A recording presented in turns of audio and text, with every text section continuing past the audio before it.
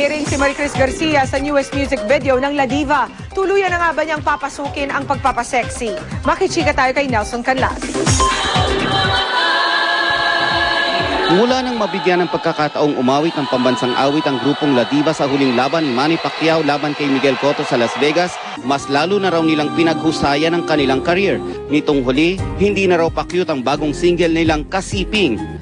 Sobrang kinabahan daw si Maricris Garcia sa unang beses niyang magpa-sexy sa music video kung saan meron siyang love scene at mga sexing eksena sa swimming pool. Kinakabahan po ako kasi, di ba, hindi naman usual na ginagawa namin yun. Nagulat din ako na yun yung gagawin. Full support naman daw sina Jonalyn Viray at Aisel Santos sa kasama.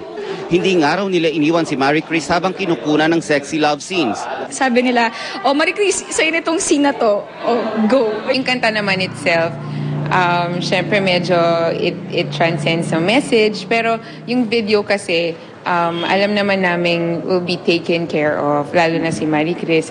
Ayon sa direktor ng music video na si Louie Ignacio, bihirang gumamit ng Red Cam, isang high-tech camera na ginagamit sa paggawa ng pelikula sa Hollywood para maging glossy ang dating ng bawat eksena. Labis namang ikina-proud ito ng grupo dahil first time ito sa Pilipinas. Ready na nga bang magtuloy-tuloy si Maricris sa pagpapasexy?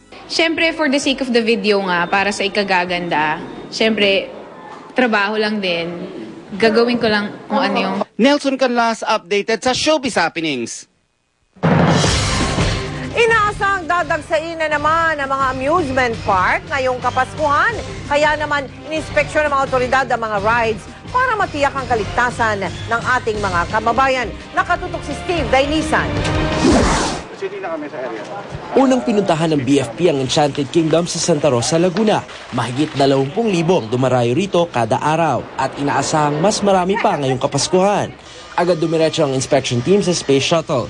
Noong isang taon pa inirekomenda ng BFP ang pagkakaroon ng emergency platform sa ride na ito matapos tumirik noong taong 2007 sa hinang electric fluctuation. Inabot daw ng ilang taon ng paggawa dahil milyon ang kinailangan. Ngayon, sakaling muling magkaaberya, agad na raw maibababa ang mga pasahero. Nagpamalas din ng galing ang emergency response team ng EK sa pagrarapel. At para masigurong nasa magandang kondisyon ang hydraulics ng ilan sa ride ng amusement park, mismo ang acting fire chief ng BFP ang sumubok nito. Na-meet nga nila yung mga recommendation ng Bureau of Fire Protection at wala naman kami nakikita sa ngayon na magkameron ng problema dahil yung mga deficiencies na nakita natin noon na-correct na nila. Anytime na may mangyari sa taas ng rides, kung merong guest na matatakot bumaba, automatic po yung pwede po natin i-activate yun. Tapos naka-ready naman po yung emergency response? Yes sir, naka-ready po siya. Daily po meron po tayong naka-duty lagi. Dapat po 12 na members ng emergency response team. Isinunod ng BFP ang Star City na dinadagsa ng mahigit 10,000 tuwing Christmas season. Ibinalita ng pamunuan nito na mula sa dating 4 na exits, ginawa na itong 8 ngayong taon bilang pagsunod sa rekomendasyon ng BFP. Sinilip din ng BFP ang ride instructions. Bagong palit na rin ang mga ito. Ang tanging napunala ng BFP, ang kawalan pa rin ng fire sprinkler sa commercial area ng amusement park. May deficiency with respect to the compliance doon sa automatic fire suppression system. Yung automatic fire suppression system ay required doon sa commercial area dito sa bungad. Ni-request na namin sa management, maaaring itong susunod ng mga linggo baka dumating na mga materialis para dyan sa sinasabing fire protection na yan. Paalala ng BFP sa publiko sa gitna ng pamamasyal at pagsasaya, ugaliing maging alerto at mapagmasid para maging ligtas sakaling magkaaberya. Steve Dailisan, Nakatutok, 24 Oras. Nagpa-Christmas party sa General Santos City ang pound for pound king na si Manny Pacquiao para sa mga empleyado ng iba't iba niyang negosyo. Nakatutok dyan si Lala Roque. Napuno ng kasiyahan ng gabi dahil sa special number na pinaghandaan ng bawat kumpanya ni Manny at Jinky Pacquiao. Kabilang sa mga nakiisa sa Hawaiian theme celebration sa Patio Eloisa, ang MP Printing Solution, Jinky's Fashion World, J-Mix Resto Bar, Pacman Billiard Hall at Team Pacquiao. Kasali rin ang mga kasambahay at bodyguard ng Pound for Pound King. Ang mag-asawang Pacquiao ang nag-judge kung aling grupo ang mga gagantimpalaan. Karamihan sa mga dance numbers sa saliw ng mga usong kanta o kaya Christmas songs. Ang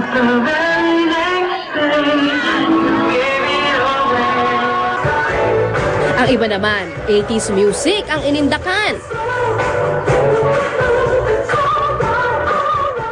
Meron din namang nag-perform ng skit, kumpleto wig pa.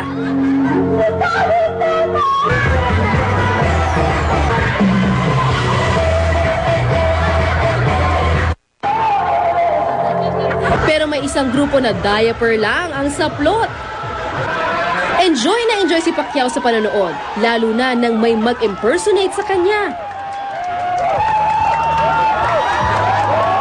Tiyak ding kinagiliwan ng lahat ang anak ni Manny na si Princess na todo indak din. 20,000 pesos ang third prize, 30,000 naman ang second prize, at ang grand winner ay nag-uwi ng 60,000 pesos. At bukod sa mga giveaways, may paraffle din ang pambansang kamao na 2 motorsiklo at 1 multicab. Nag-birthday party naman ang anak ni Manny na si Michael. May mascots at magic trick. Nagpangitang gilas din sa pagsasayaw ang magkakapatid na Pacquiao kasama ang kanilang mga kaibigan.